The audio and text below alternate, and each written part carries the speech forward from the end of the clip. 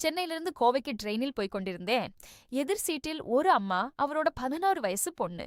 பேருடன் பழகினேன். அந்த அம்மா பேர் சரஸ்வதி, பொண்ணு பேர் மேகனா. சரஸ்வதி மிகவும் அன்பாக பேசினார். மாப்பிள, நீங்க எங்க வழியில தான் இருக்கீங்க, என் வீட்ல ஒரு நாள் தங்கிட்டு போங்க என்றார். நானும் முதலில் மறுத்தேன். ஆனால் அவர் வற்புறுத்தலால் ஒப்புக்கொண்டேன். கோவை வந்து சேர்ந்ததும் அவங்க வீட்டுக்கு போனேன். வீடு பெரியது, ஆனால் விசித்திரமான அமைதி. சரஸ்வதியின் கணவர் பெயர் ராமச்சந்திரன். அவர் மிகவும் இனிமையாக பேசினார். வீட்டில் இன்னொருத்தி கவிதா, ராமச்சந்திரனின் தங்கை. அவள் 22 வயது, மிகவும் அழகு. ஆனால் அவள் கண்களில் ஏதோ ஒரு கசப்பு.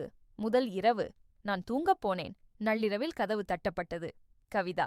அவள் குரல் நடுங்கியது. அண்ணா, எனக்கு பயமா இருக்கு. தயவு செஞ்சு கொஞ்ச நேரம் என் ரூம்ல உட்கார்ந்திரீங்க. எனக்கு தயக்கமாக இருந்தது. ஆனால் அவள் கெஞ்சலால் உட்கார்ந்தேன். அவள் அழுதாள்.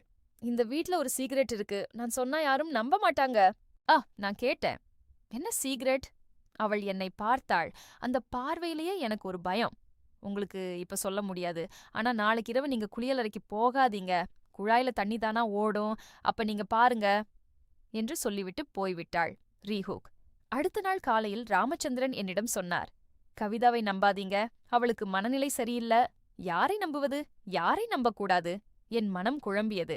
நான் அடுத்த நாள் கவிதாவின் எச்சரிக்கையை புறக்கணித்துவிட்டு மாலையில் குளித்தேன். குழாயிலிருந்து சாதாரணமாகத்தான் தண்ணி வந்தது. ஆனால் இரவு 11 மணிக்கு நான் தண்ணி குடிக்க எழுந்தபோது குளியலறை கதவுக்கு கீழே ஒரு கடிதம் தெரிந்தது. எடுத்து படித்தேன். என்னை யாரும் காப்பாற்ற முடியாது, ஆனால் நீதான் இந்த வீட்டுக்கு வந்த கடைசி ஆள். அவங்க சொல்ற மருந்தை சாப்பிடாதே. கையெழுத்து இல்லை. நான் மறுநாள் காலை சரஸ்வதியிடம் மறைமுகமாக கேட்டேன். இங்க யாருக்காவது மருந்து வேணுமா? சரஸ்வதி சிரித்தார். ஓ, அது எங்க வீட்டு பூஜைக்கு ஒரு ஸ்பெஷல் மருந்து வரும். அது உங்களுக்கு கொடுக்கலாம்னு நினைச்சேன். உடம்பை குளிர வைக்கும். நான் சந்தேகப்பட்டேன். இரவில் கவிதாவை பார்க்க முயன்றேன். ஆனால் அவள் அறை பூட்டப்பட்டிருந்தது. சரஸ்வதி திடீரென்று என் பின்னால் வந்தார். நீங்க கவிதாவை தேடுறீங்களா? அவ ஊருக்கு போயிட்டா என்றார். ஆனால் அவர் குரலில் பொய் தெரிந்தது. நடுநிசையில் எனக்கு தூக்கம் வரவில்லை. நான் பின்புற வாசலுக்கு போனேன். அங்கு ராமச்சந்திரன் போனில் யாரிடமோ சத்தமில்லாமல் பேசிக் கொண்டிருந்தார். அவனுக்கு கொடுத்துட்டோமா? இல்ல, இன்னும் ஒரு நாள் காத்திரு, மருந்து வேலை செய்ய ஆரம்பிக்கட்டும். இதை கேட்டதும் என் முதுகுத்தண்டில் இரத்தம் உறைந்தது. ரீஹூக். அவர்கள் என்ன மருந்து பற்றி பேசிக் கொண்டிருந்தார்கள்? நான் பயந்து அறைக்கு திரும்ப ஓடினேன். அப்போது மாடிப்படியில் கவிதாவின் உடல் கிடந்தது.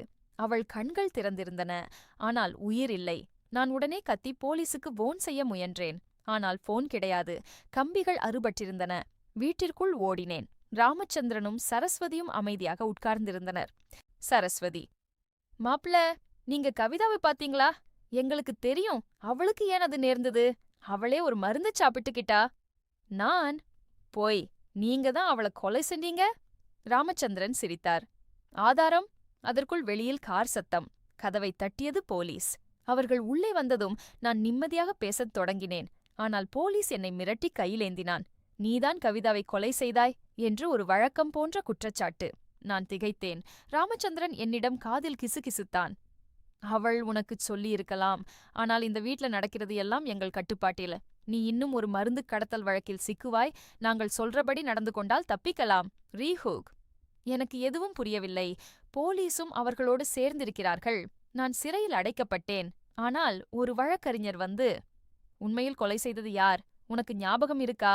அந்த குழாய்க்கு கீழே கிடைத்த கடிதம். அந்த கடிதத்தில் ஒரு முகவரி இருந்தது. சிறையில் இருந்தபோது அந்த வழக்கறிஞர் மீரா எனக்கு உதவினார். அவர் ஒரு தனி புலனாய்வாளர். அவர் கூறினார், ராமச்சந்திரனும் சரஸ்வதியும் ஒரு போலி மருத்துவ மோசடி நடத்துகிறார்கள். கவிதா அந்த மோசடியை வெளிக்காட்ட முயன்றதால் கொலை செய்யப்பட்டாள். நீ அந்த மருந்தைச் சாப்பிட்டிருந்தால் நினைவுத் திறனை இழந்திருப்பாய். நான் எனக்கு எதிரான வழக்கை எதிர்கொள்ள முனைந்தேன்.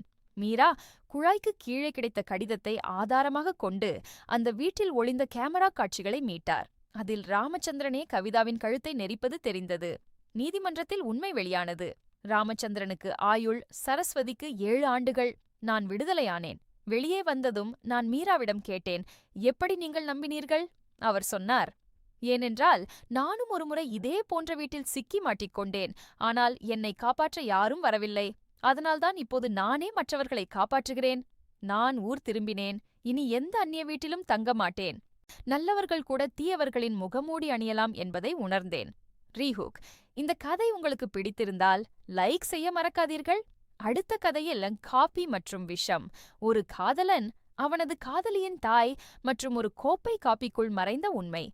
சப்ஸ்கிரைப் செய்யுங்கள்.